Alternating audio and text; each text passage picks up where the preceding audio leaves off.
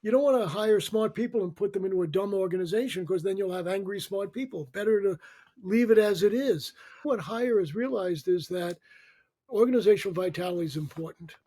Traditional organizational structures are complicit in reducing vitality.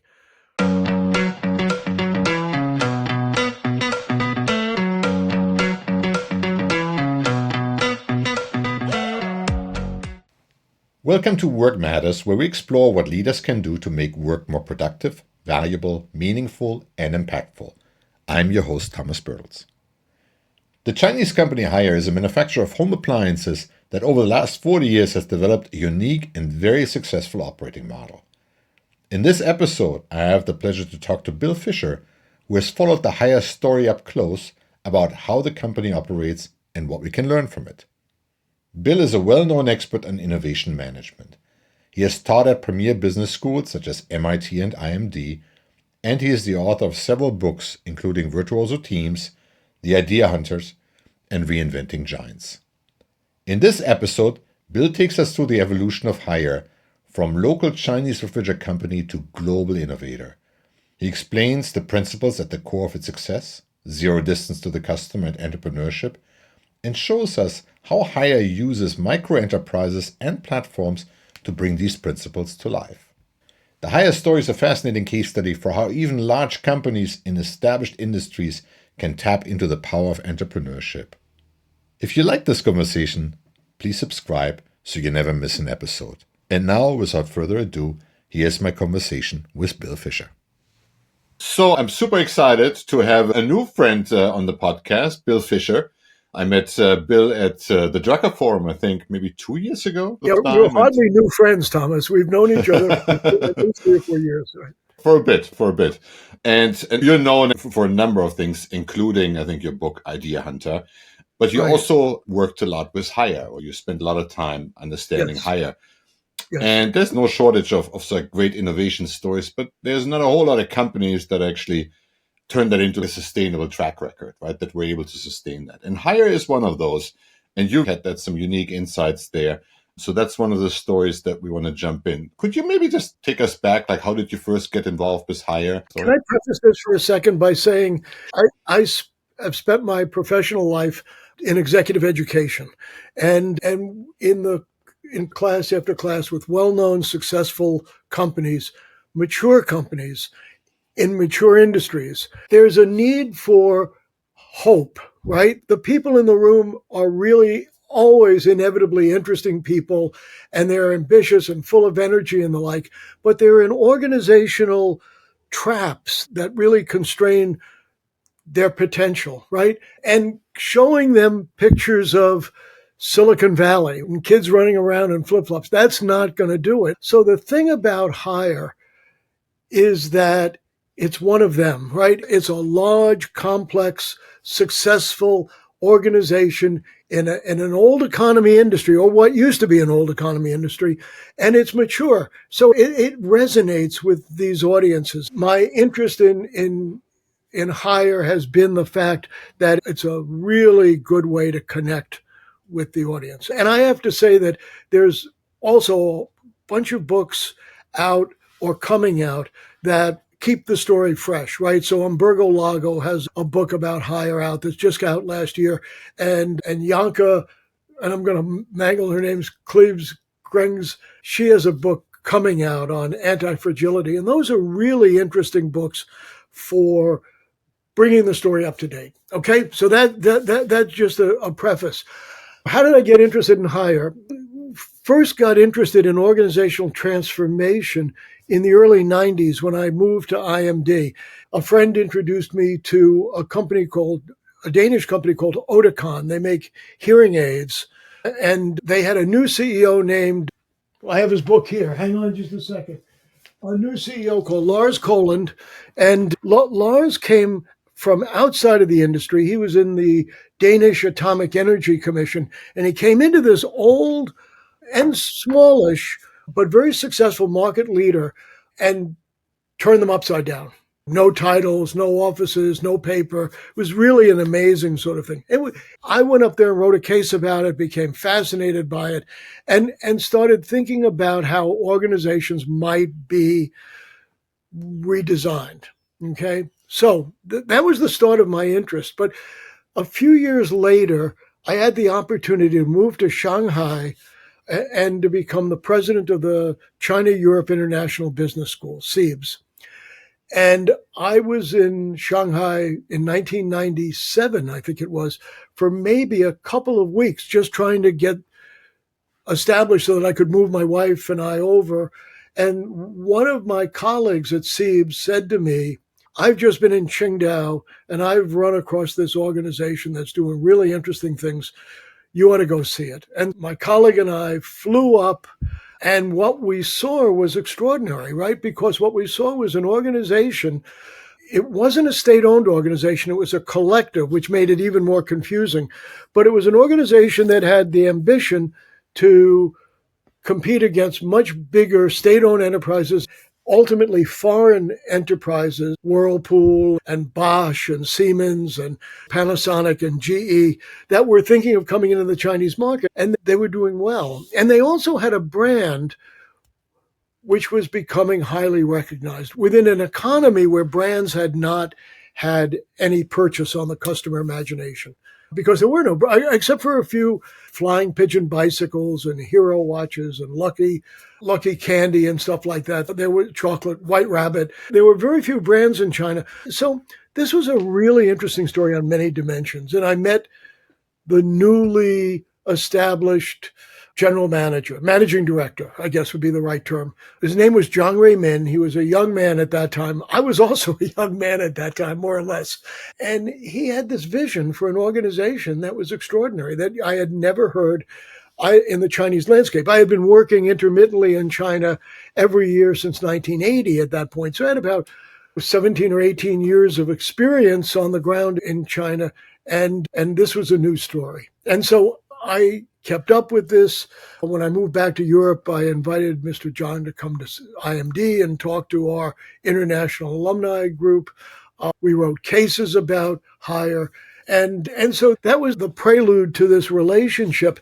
A couple things to establish. So Hire was led, not owned, because it was a collective. So it was owned at the time by the collective, the owners of the collectives that were put together to create this company. It had been called the Qingdao Refrigerator Company because it made refrigerators in Qingdao, and it led by the municipal government, the Light Industry Bureau.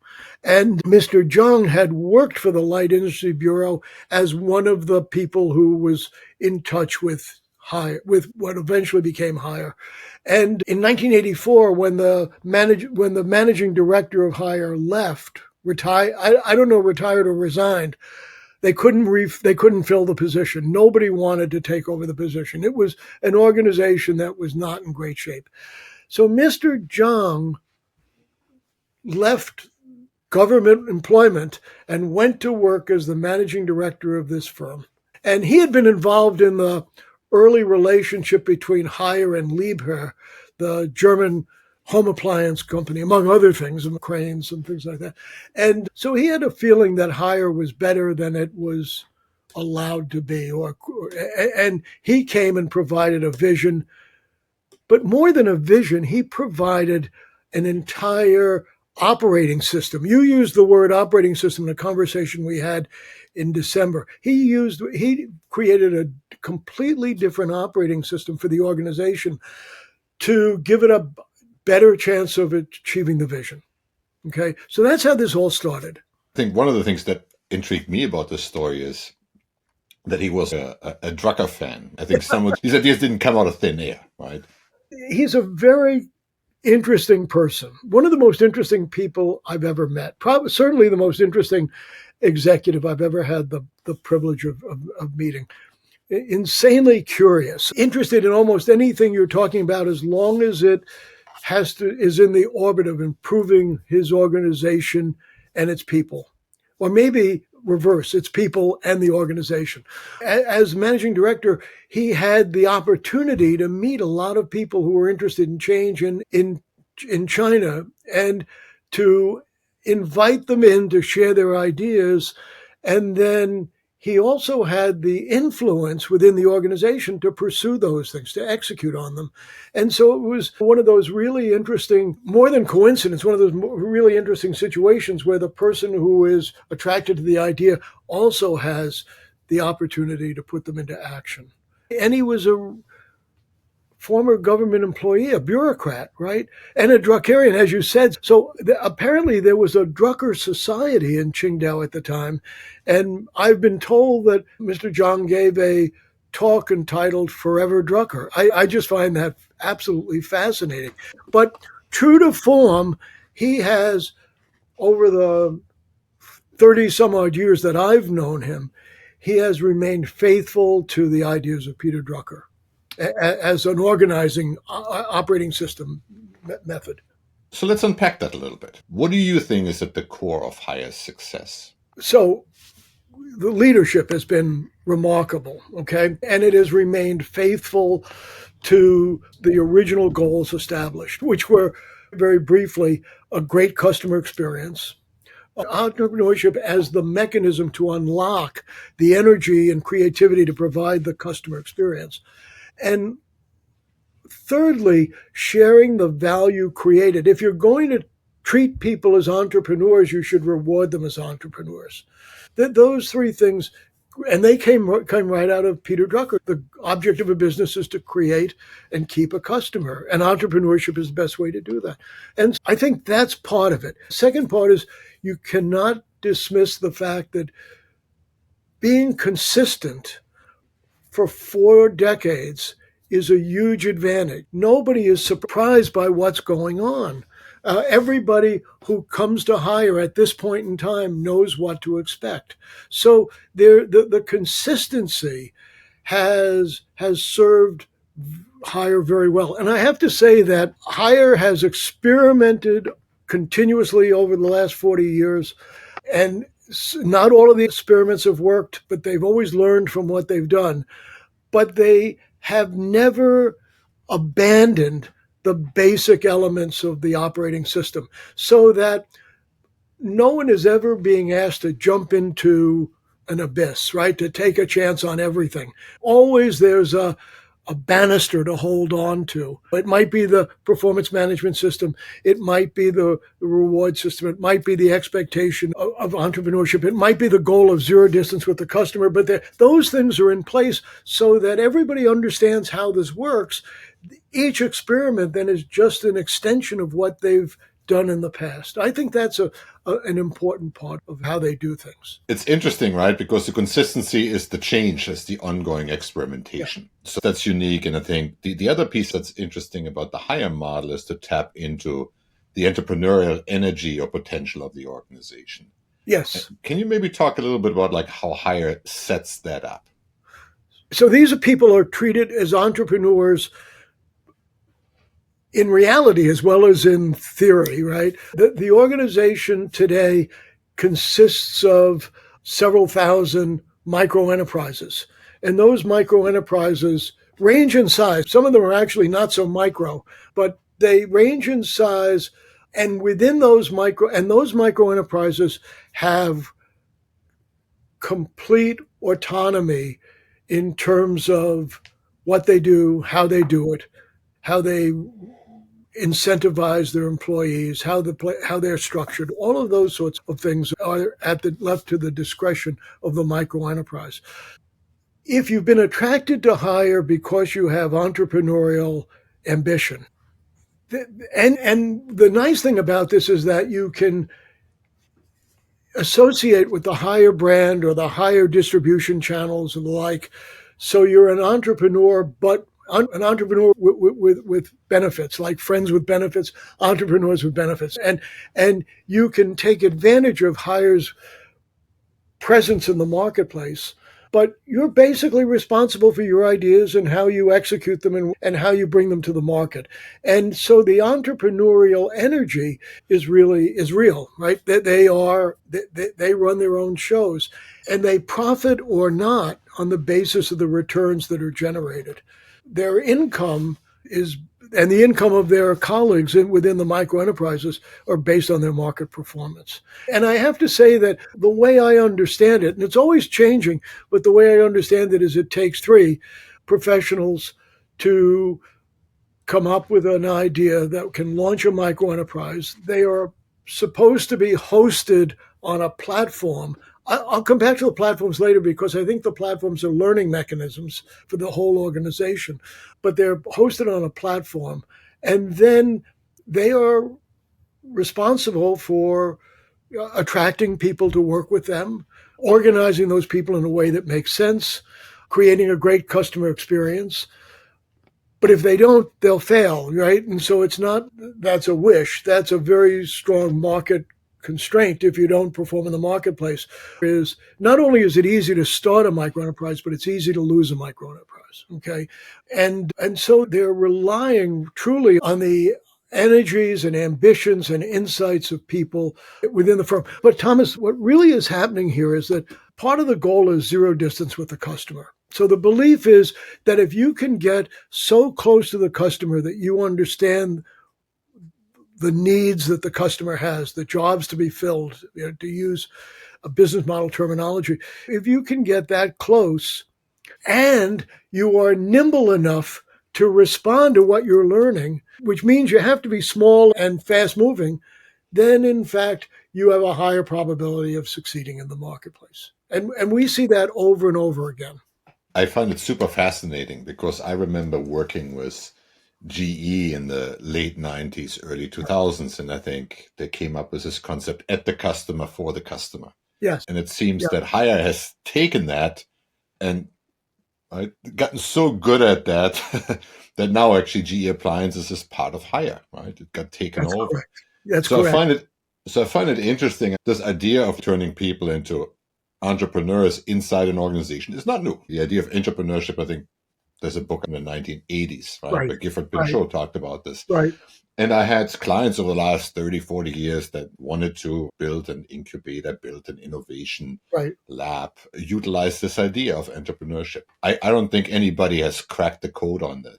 So I'm curious, as in your view, what's different about how Hire has done it versus, let's say, how a Silicon Valley company might do it. Sure. And at this point, we ought to have a banner across the bottom of the screen that says, warning, right? Doing this at home might be dangerous.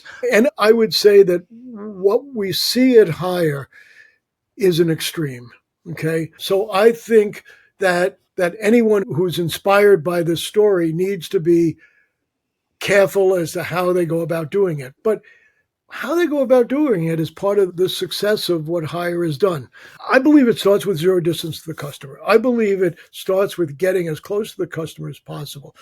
They have pursued every opportunity to get closer to the customer and then acted on it. And so it's the smaller groups that are able to do that. I think that not interfering with what happens in the microenterprises is part of the success of this whole thing. You mentioned a book I wrote called Reinventing Giants with Umberto Lago and Fang Lu. That book ends with Hire having what was called self-organizing autonomous work groups. But they were self-organizing autonomous work, which was really astonishing. I can remember taking managers to Qingdao and people said, this is impossible. You can't do this in a complex organization with, at that time, 70,000 employees. But what was going on was that those self-organizing autonomous work groups were responding to suggestions from top management. And at some point, Zhang Ruimin said, successful as this may be, it's not real entrepreneurship. The entrepreneurs shouldn't be responding to what we in headquarters think. They ought to be responding to what the customers think. And so they reorganized once again to get even closer to the customers. So it's this absolute commitment to not doing anything halfway, not compromising for the convenience of headquarters, but insisting on pursuing the needs of the customers. I think that's part of it. And then the third part that I'd like to mention is that the value creation piece. We have always talked about value creation and value capture. And value creation has always been about innovation, and value capture has been about the value created for customers and the shareholders. The entrepreneurs are never mentioned in this. And so what Zhang Ruimin has really introduced into that dynamic is value distribution.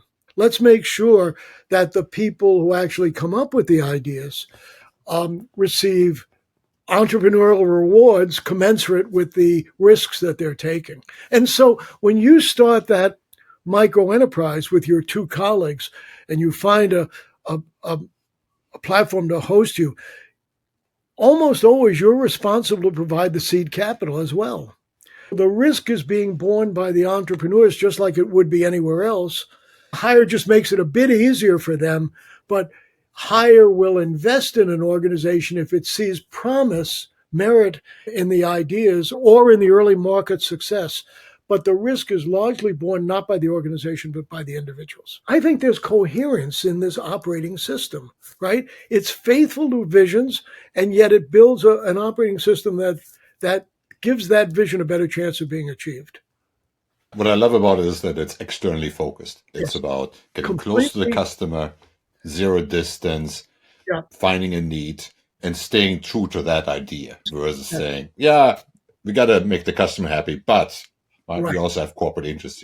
It's completely outside in. And every time I talk about Hire to a group of executives, inevitably somebody says, we could never do that because our measurement system doesn't fit that, or our structure doesn't fit that. But that's about us, not about the customer. So one of the reasons why I think the Hire story is so interesting is that this organization has grown tremendously over the time period that we're talking here. So what can Hire teach us about scaling a business? Because on the one side, you could see, gee, if I start all these little entrepreneurial ventures, they're all going to compete for the same resources. Right. That becomes really difficult.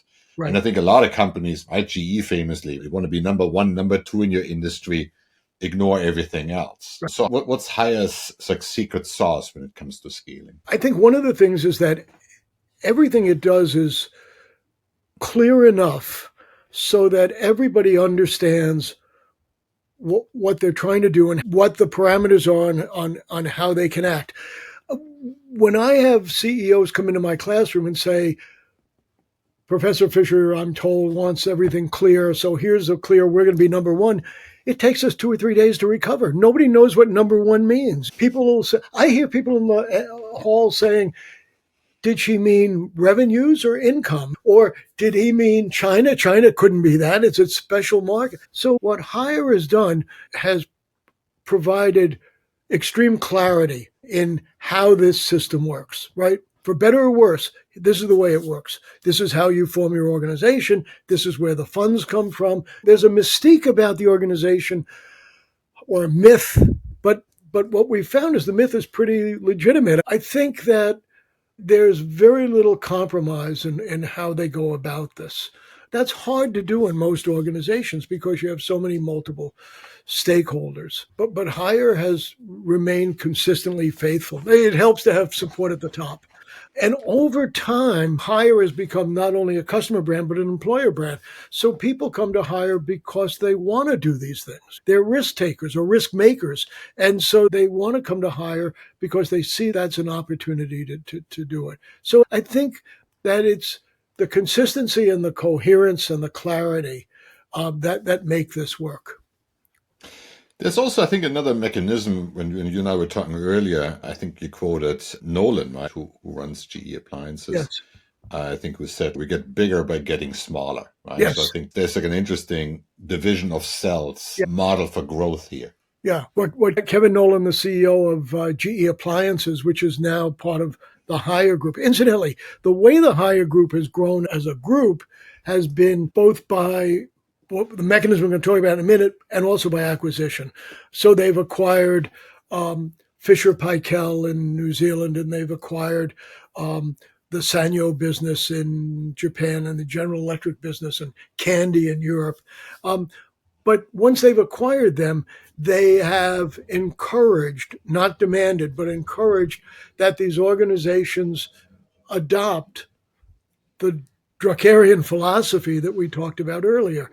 Interestingly, It's been harder for them to do it because they don't have this 30-year ramp, and because they have organized labor contracts which constrain what they can do and can't do, and the like. In each case, they're on their way.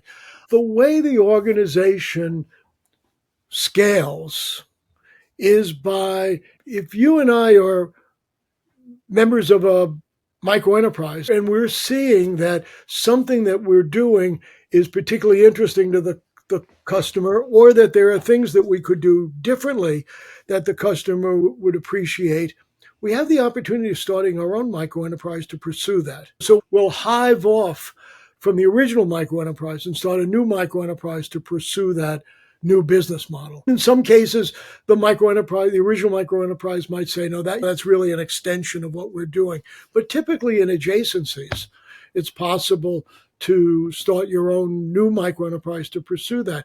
And what I see happening in that regard is that you're changing the way in which the organization grows in a very profound way. I told you I was watching your interview with Dart Lindsley from Google about how organizations grow and the like, and the role of middle management.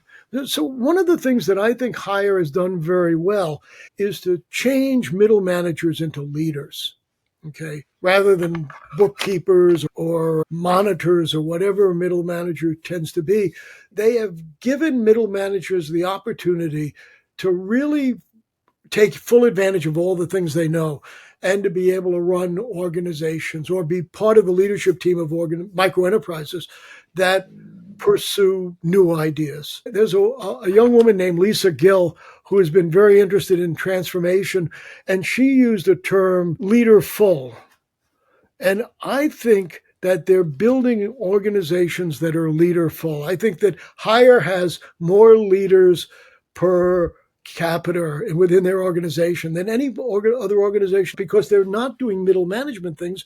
They're really running their own small enterprise in the hopes of becoming a bigger enterprise, right? And so one of the things is that many of these successful microenterprises have begun to IPO.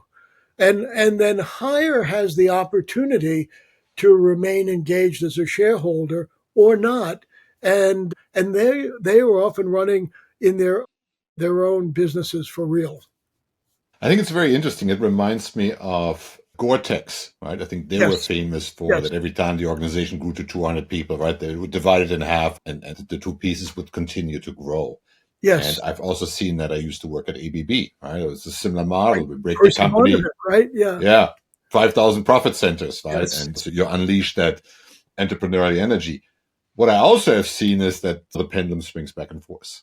And so there comes the point where the bean counters come in and say, all these micro enterprises, they're going to have a head of marketing, a head of HR, a head of finance.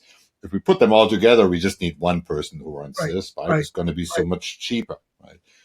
And I think a lot of companies have fallen into that, and they hollow out like those entrepreneurial structures to get the efficiencies. I'm curious as to like how Hire's model has evolved over time, and maybe how they've been able to avoid what seems like a natural tendency. So the bean counting takes place at the microenterprise rather than above. And strategy takes place at the microenterprise rather than above. And that change of perspective really has a profound difference on the way in which the organization thinks about what's too much and what's not enough, right? That what's too much and what's not enough is occurring at a much lower level. At GEA, General Electric Appliances, they've done away with the central office of strategy because strategy is being made at the microenterprise level.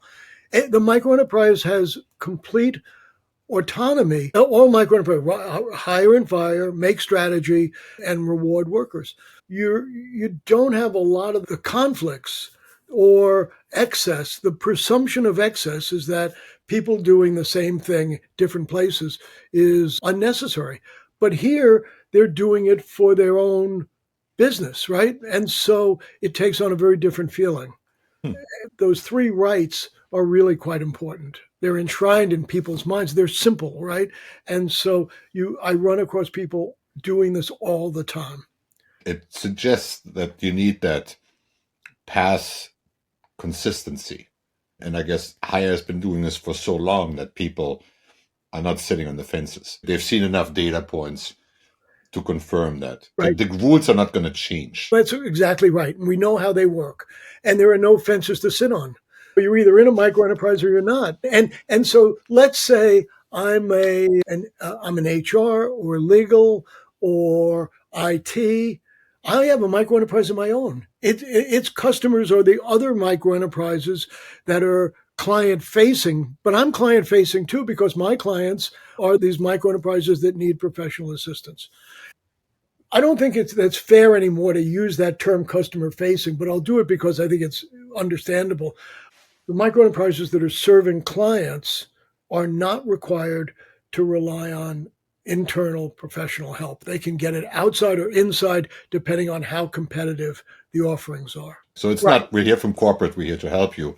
That's right. It is, we're here from corporate, we got a product to sell, but you don't Yes. need to buy it. Yes. Yes. You've seen it over a long period of time, right? You had some recent follow-up conversations. How has the model evolved? We talked a lot about what stayed the same, but what's changed over time? There's been a consistent relaxation of corporate interference. They've tried all sorts of models, strategic business units and matrix organizations and stuff like that. But there was always a very heavy top management involvement. And then they went to this self-organizing autonomous work groups, which looked very entrepreneurial from the outside, but they were still being influenced by senior management as to what projects to pursue and did they have seed capital and things like that. I think the most recent manifestation of this of Hire's pursuit of zero distance to the customer is that the present microenterprises are really much more independent. There's a high mortality rate too with them. Okay, they're much more independent than they've been in the past. So all of that is constant experimentation, right? There's also been the opportunity to bid for leadership positions in microenterprises that appear to be underperforming. So a lot of the performance of data is available on the intranet, on the Hire intranet, and you can bid for leadership positions based on your belief that you can do a better job. So we'll see how that works, but that's an extension of this model. One of the things I'm interested in, particularly in the adoption of ecosystems as a way to grow, is that Hire has decided that, or recognized is a better word than decided, Hire's recognized that as technology evolves, the customer is better informed than ever, and their expectations for the customer experience are more demanding than ever. So it's it's imperative to be closer to the customer, but it's also important to realize that Hire is rapidly moving faster than its stock of expertise. I used to be told that the customer journey was 15 minutes every 15 years. That's an exaggeration, but the idea being the customer walks into the showroom, the salesperson shows them a refrigerator. If they like it, they'll buy it and they'll come back in 15 years for another one. Now I'm told that with 4 cameras in the refrigerators and ubiquitous connectivity, the Internet of Things in the kitchen, that some customers are talking to Hire 10 or 15 times a day. And what they want are things that Hire is not prepared to provide, like what's in my refrigerator, right? Or what can I do with what's in my refrigerator? China has had a lot of food problems. What is the provenance of the products that are in my refrigerator? So all of a sudden, Hire finds itself in the recipe creating business and the food monitoring business, and that's something they've never done. And so what they are doing is entering into these ecosystems. I almost said creating the ecosystems. I think, to be fair, Hire probably has created the ecosystems, but I sense that Hire recognizes, or the microenterprise managers who are really in the ecosystems realize that if they insist on these being Hire ecosystems, like Hire value chains, then they won't get as many ideas from their partners as if they view themselves as participants, equal participants with others in the ecosystems. Hire has more money. Hire has more, there's all sorts of things that Hire has more of than bigger brand recognition than anybody else in the ecosystems. But if they use that to suppress idea creation, they're going to lose out. So what I think Hire is trying to do is to bring the spirit of Drucker into the ecosystems so that they are part of a group that has access to unfamiliar expertise, okay, and can use it when they need it and ignore it when they don't. And so I think that's more interesting because these other organizations, they also have visions for where they want to go. And they also have brands and intellectual property that they need to protect. It's a complex future that Hire is getting into, but one, if they can adapt to it, will be very rich in terms of how they can take the customer experience forward. What I find interesting about this is because it actually increases complexity, right? You have Yeah. all these micro enterprises, Yeah. all these entrepreneurs that have their own ideas. So it seems counterintuitive. In the early days of general systems theory, Ross Ashby had the law of requisite complexity. I think that was what it was called. And the idea being that an idea ought to be as simple as it can be, but it shouldn't be simpler than the complexity of the problem that it's trying to deal with. And so I think you're absolutely right.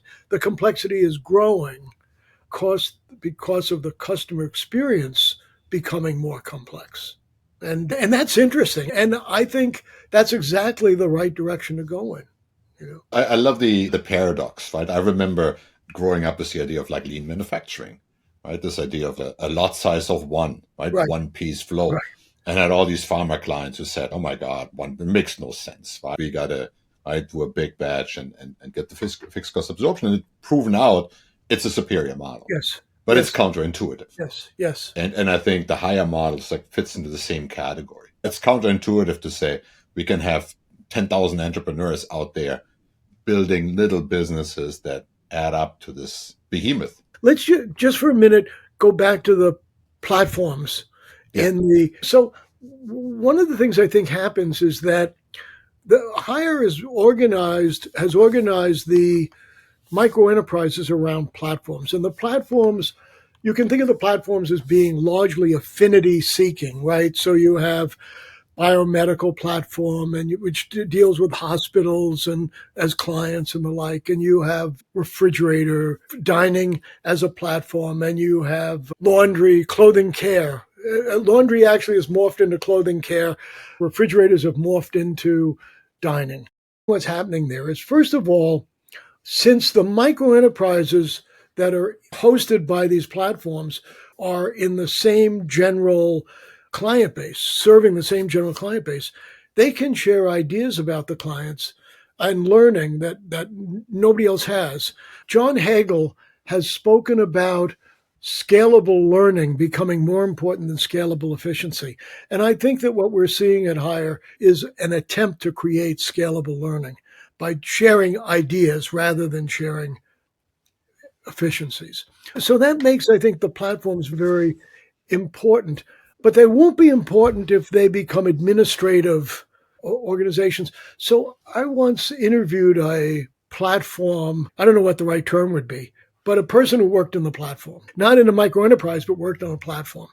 This person had told me that he had been drawn to Hire because of the entrepreneurial energies and that he himself was an entrepreneur. So I said, I want to know, how can you be an entrepreneur and be on a platform and not be in a micro enterprise?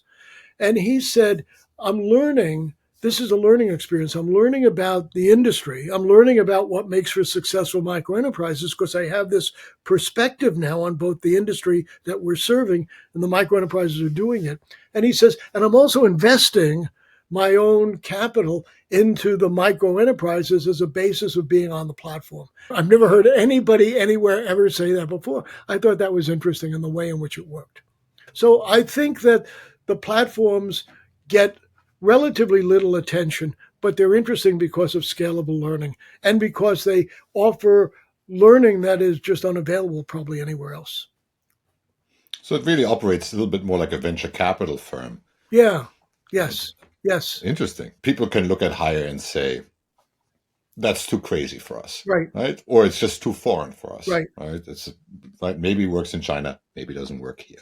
We're not that entrepreneurial or willing to double down on it so significantly. However, I think one other way to look at the higher story is that it's an idea hunting story. And you've written a book about idea hunting, the curiosity of leaders to Yeah, find new answers to existing problems, right? right. Maybe talk a little bit about your experience with like what distinguishes like people that are effective idea hunters from the rest of it, and maybe what can people take away from that maybe is less scary than the higher story. So I'm a great believer that the future is going to be a war for ideas, right? Maybe it's already a war for ideas. War is too strong a term, but it's going to be a pursuit for ideas. We see it already in the competition in artificial intelligence. It's been around for a long time. This is not a new idea, but I think it's gaining currency with what's happening. And I think that most of the organizations that we belong to interfere with that idea, that fascination with ideas. They suppress curiosity in deference to efficiency. You go into an executive education classroom, 40, 50 people in the room. They're interesting. They're fascinating. They have great experiences. They're ambitious. They're energetic. It's a pleasure. It's a great way to work because they're so engaged. Then you look at their work situations, and their work situations are very different, right? Their work situations don't allow them to be as curious, so they don't appreciate that energy. They're afraid of their ambition. And what we have are organizations that are misfit for the world, for the time we live in. Among the things we were interested in the Idea Hunter was organizations and leaders who did a good job of fostering curiosity and then built organizations where idea flow was rich and fast and people were rewarded for good ideas. And I think that to an extent, Hire has done that. I think Peter Drucker was a great believer in knowledge work and turning knowledge work into material success. And I think that's what Hire has been doing. If you recall the Percy Barnevik years at ABB, or if I go back to Lars Kohlen at Oticon, there was a burst of energy that came about as a result of some of the initiatives that were taken. And I think many of the organizations that I work with need that sort of revitalization. I see the Idea Hunter work and what's going on at Hire as being very much connected in the sense that they do prize curiosity. They make it an asset rather than a disadvantage. They think better about their employees than other organizations do. If you're an employee of Hire, one of the things that you see is this organization not only trusts you to do your job, but trusts you to grow out of your job, right? To grow into something even more interesting than what you were when they originally hired you. And they make that possible by the way in which you can hive off from work, by the autonomy of the microenterprises, by the rewards and things like that. So I think that what we're seeing is one variation on that Idea Hunter theme. I've always been fascinated by how ideas move through organizations. Very simple managerial choices change the flow of ideas within the organization. You think about the platforms and the microenterprises and that. And as a result, you have an organization that is regularity, right? Value chains are variance reducing. We don't want anything to go wrong, no screw ups. Ecosystems are variance enlarging. We're pursuing opportunities. In value chains, if you do what we tell you to do, which is limiting. If we tell you what we want you to do, then we'll pay you fees based on quality and performance. In ecosystems, if you have good ideas, maybe we can share them and we'll share the rewards as well. There's a very different mindset involved in this. And I think very much a growth mindset in ecosystems. What I really like about the Hire experience as a teaching mechanism is that you see the value of ecosystems, which many people see as very risky propositions. You see the benefits of ecosystems because it takes advantage of your being closer to the customer and gives you a better opportunity to create a more interesting customer experience. So the whole thing comes together as a coherent story, a natural coherent story, rather than reducing opportunities, intellect, curiosity, and the like. One other thing I find is interesting about this that it's also less direct control. I remember Nolan talking about that. Yes. right? Kevin Nolan, where he said, I might see there's an idea. I think it's a dumb idea. I can't stop it. I, as a Right. CEO, don't Right. have the power to stop a dumb idea from being implemented. Let, let me give you an example. They grew out of the washing machine business and the like. And in washing machines, the first micro enterprise and ecosystem, because they were combined, that grew out of this, was in serving cleanliness and the maintenance of exotic fabrics. I think if we were a corporate strategy group in washing machines, the last thing we would be thinking about is Hermes scarves Yeah. and Birkin bags. We would be thinking about all sorts of stuff that has to do with the washing machine.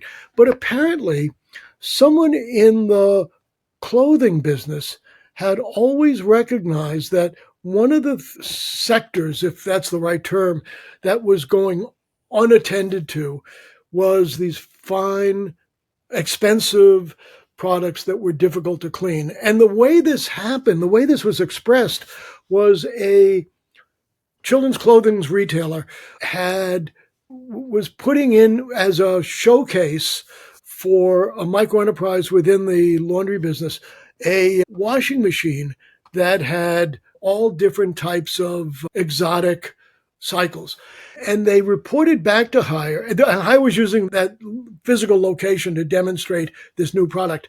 People who came in were fairly wealthy people. It was an expensive store. They had children. And what did they complain about? They didn't complain about washing the children's clothes. They complained about, I can't get this spot out of my scarf. What somebody in Hire saw was there was a market here that was underserved. And they joined into a partnership with a cleaning salve manufacturer in Belgium, and I think a couple of the big detergent companies. And eventually they came up with several solutions to cleaning these exotic. Nobody in corporate strategy would ever think about that, I don't think. But these guys saw it and they started their own micro enterprise. And I don't know how big that market is, but that micro enterprise is doing very well. And the flip side of that is about a year ago, I was in the suburbs of Qingdao at a factory that made washing machines. And the manager, who was a production manager, he was running a big factory. He said that at night he went home and he read the printouts from the smart washing machines. And he saw that even though they could put as many as 200 different cycles into these machines, that 10 or 20% of their customers were only using one cycle. And that was a lot of people. So he said he was on his own volition, he was producing test products to serve that single market of one cycle, short cycle. I was fascinated by the fact that this guy would do that. And I was in the car with two interpreters who I knew very well. And I said to them, what do you think about that? And they said, yeah, that's us. That's all we do. We get home, push the button, one cycle. And so it works both ways. It can give you small niche markets that might be very interesting because of the premiums that you could charge, but it also gives you mass markets that are there. And there's a fellow at the Sloan School, Eric von Hippel, who's written about Eric's work has been very interesting for a long time, looking about user-led innovation. These are user-led innovations, right? And most organizations may have one in a lifetime. Here we have two in a couple of years and more actually after that. So I think it's a very interesting mechanism, faithful to Drucker, to develop new business and new leaders. I think it's a couple of things that I think most leaders would kill for, Yeah. right? You have employees that are curious, right? This factory manager probably, if he worked at Whirlpool, probably would not have to read through the downloads of the washing machines at night. Right. So you have the curiosity there, but you also have the ability to act on that. Because Yeah. I would imagine that there's plenty of people with good ideas in large companies, but by the time that they get to pitch their idea to the person who can actually give them the money, the lemon has been squeezed dry, right? There's Right. nothing left and people killed all the innovation. So I think it's about curiosity, but also allowing people to act on that immediately, not ask for permission, but rather find two other people, form a micro enterprise, and then reduce the friction of getting capital and getting Yeah. this launched Yes. and getting into the market through the platforms, Yes. right? So it's this combination of curiosity, motivation to Yeah. do something about that, and the ease of use of a basic platform. Are those, like, in your views, like the three things that people should take away from Hire that they can apply no matter what, make it easier for people to do this, or would you take other lessons away? Earlier, I said you have to be careful with what you would take away. Um, what Hire has done is to change the way work is done and the workers. There's a fellow by the name of Abhijit Bhattacharya who I'm a big fan of. He writes a lot about work, and he has this idea of worker workplace. And what being done at Hire is he changes the way work is done. So now that going home at night and reading these things is part of work. That's an accepted part, or going out and spending time with the customer is an accepted part of the job. But you can't do that unless you change the worker. And how do you change the worker? Giving them the confidence to go ahead and do this, reinforcing, changing the measurements so that they're not being docked in performance management systems by taking the time to do this. The other thing he's done is change the workplace. We don't have departments answering to a bureaucracy. We have small units working together. And so they've done this simultaneously. What I think, and ironically, I've heard Jack Welch talk about this a lot, is that if you don't change all those things at the same time, you're going to get resistance. It's going to come from one of the unchanged areas, right? So you've got to be courageous enough. It takes real senior management courage to do this. That's one of the things Hire's done. Where I think that it goes well beyond the capacity of most organizations is that they did it throughout the whole organization. They didn't have pilot plants. They didn't have tests. They did it all at once. And that certainly reinforces the message. I think it's been a very visual acknowledgement that this is where we're going to go in the future and this is how we're going to do it. And then 40 years, trust builds up, right? It becomes part of the landscape. Trust is, we don't see it there, but the expectation is that this is going to work the way it's always worked. We may not get it right, but we're not going to go crazy, right? So it's really hard to sustain these things. Do you Yes. think Hire has a better shot than most other companies at doing this? Yes, I do. I think one of the secrets of successful disruption in an industry is that the disruptor makes disloyalty as easy as being loyal. And I think that what Hire does by zero distance of the customer is really at the center of this, because what I think Hire is doing is it's understanding the customer's life faster, more completely than its competition. And then, as if that's not enough of an advantage, on top of that, it's giving the organization the opportunity to respond quicker and with the ecosystems more completely. It's not easy to do this. I don't want to suggest that what Hire's done is easy. Experimentation is critical. You want to try things. You want to try new things because the customer's life is moving faster today than ever before because of AI and because of the Internet of Things and ubiquitous connectivity and stuff like that.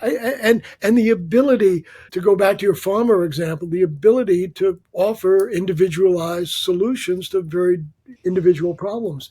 Hire, like everyone else, needs to be constantly in touch with the customer and needs to be constantly trying things to see how they fit within the customer's life. And I think they've been able to do that so far.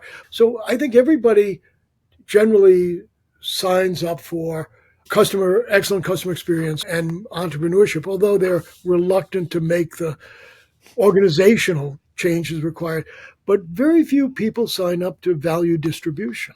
Very tough to do. Tough to do because the union contracts prohibit how much variable pay you can give the worker for good reason historically, but it doesn't fit necessarily well with the opportunities that are being created. So there's all sorts of reluctance to do things like that. And I think that what Hire has been able to do is to overcome that reluctance in the spirit of trying things.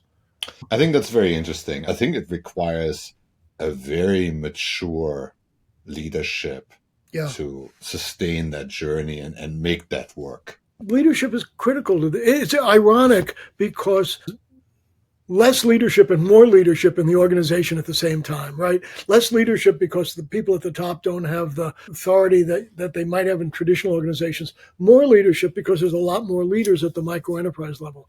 I think that's healthy. There was another book before The Idea Hunter. Andy Boynton and I wrote a book. Andy was co-author on The Idea Hunter. Andy and I wrote a book called Virtuoso Teams. And we looked at teams that had changed their industry, changed the world. And they were all small teams. For the most part, the Manhattan Project might not have been, but everything else was small teams. And they were run by leaders who might not have had the opportunity to do this in a more conventional organization. But what they did was they unleashed curiosity and they unleashed energy.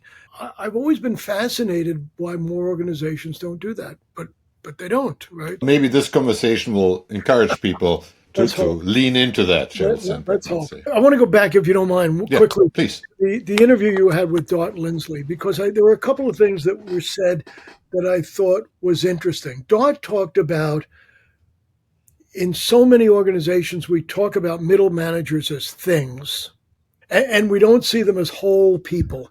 And I think what Hire is doing is giving individuals the opportunity to be whole people. I think that, and you said in response to that, you think that there's a crisis of middle management that you see in the organizations around us. I think I would argue Hire is exempt from that crisis of middle management because it doesn't have middle managers in the classical sense of the term. When they went through this process of creating the micro enterprises, they said to the middle managers, you can stay on if you can find a job, right, in one of these newly forming or self-forming autonomous work units, or you can leave. And quite a number of them left, but not all of them did. And I see some of the people who stayed on who are playing important roles in micro enterprises based on what they knew. They knew a lot of stuff. The tacit knowledge that they had from years of being middle managers is now serving the organization probably better than it ever has. And it's certainly serving them as individuals, because they're in a different they have different responsibilities, right? Dart felt enormous responsibility for the individuals who worked for him, for their lives and for their experiences. I thought about how would I say that in Hire, and my sense is that you would change that to say we had enormous opportunities. That's different than, so in the spirit of growth, right, we had enormous opportunities rather than enormous responsibilities. I think it's interesting how that works. And I think that it's just changing the perspective of the same people, putting them in different positions, treating them differently, and rewarding them differently. Yeah, although I think you could argue that the senior leadership mindset, philosophy, obviously makes a huge difference. I think one of the reasons why you felt that responsibility is because in these large organizations that people are always on the shopping block. And so I was curious about one thing you said, that people can apply for leadership roles in a micro enterprise that currently somebody sits in. Yeah. Now, on the outside, I would think this is like the worst, like dog eat dog world scenario, where you always got to be on the lookout for somebody gunning explicitly after your job, actually being able to put in an application. And I'd be curious as like how you reconcile that. In the reincarnation of Hire before the present one, where they were in these self-forming autonomous work groups, we called them ZZJYTs to abbreviate the Chinese term. Those organizations voted every quarter to see if they wanted to keep the leader. And they had a term that they referred to as catfish. And they had a catfish in every unit. So the term comes from the Nordic seamen who would go out fishing for herring. And they would, apparently, I never knew this before, but they would put a catfish in every barrel because they wanted to keep the herring active. They didn't want the herring to die there's no market value in dead herring. And so they would put this catfish in to keep the herring moving. And so they would elect a catfish in these ZZJYTs so that the leader knew that if my team votes me out, we have a leader to succeed me. My understanding is the managers of microenterprises today still operate at the pleasure of their team. So the team can vote them out. Okay. But I do not know if they still have catfish. But when I said I don't think that would ever work in the West. So work at hire is not stressless. Okay. It's because the opportunities are high and the people that go to work for hire respond to those stresses. People who love hierarchy and authority don't do well at hire, and people who love to pursue their own way do well. And that's why hire, after 40 years of doing this, is an employer brand. Nobody shows up at hire and is surprised by what's going on. I think it's just a fundamentally different value proposition. Yeah, absolutely. Yep. Right? Yep. So it's a differentiated product. High autonomy, high responsibility versus no autonomy, limited responsibility. Yeah. Yes. And I think that's an interesting way of going about staffing an organization. I did an interview with Bill Passmore, and he said, autonomy is the price we pay for a job in an organization, what we give up. I thought it was a really interesting statement. This conversation brings it back full circle. Nobody ever asked the question, do we want to do that, right? I mean, it's implicit in the employment contract. Yeah. But or we do know that if you take a look at some of the work that Martin Reeves has been doing out at the Henderson Institute, one of the things is that in the US, in Western Europe too, I'm sure, mature organizations lack vitality. Okay. And when you lack vitality, you lose the curiosity, you lose the novelty, pursuit of novelty, things of that nature. What you don't want to do is you don't want to do something that sparks curiosity and the pursuit of novelty and then fail to execute on that. You don't want to hire smart people and put them into a dumb organization because then you'll have angry smart people. Better to leave it as it is. So I think what Hire has realized is that vitality, organizational vitality is important. The traditional organizational structures are complicit in reducing vitality.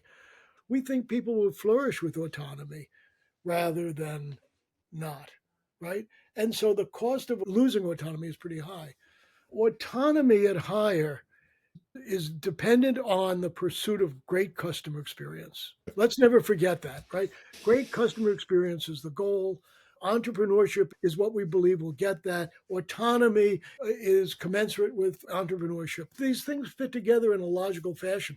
That's why I think you have to change all of them at the same time. I don't think we can create microenterprises without giving them the autonomy to take advantage of being able to be close to the customer.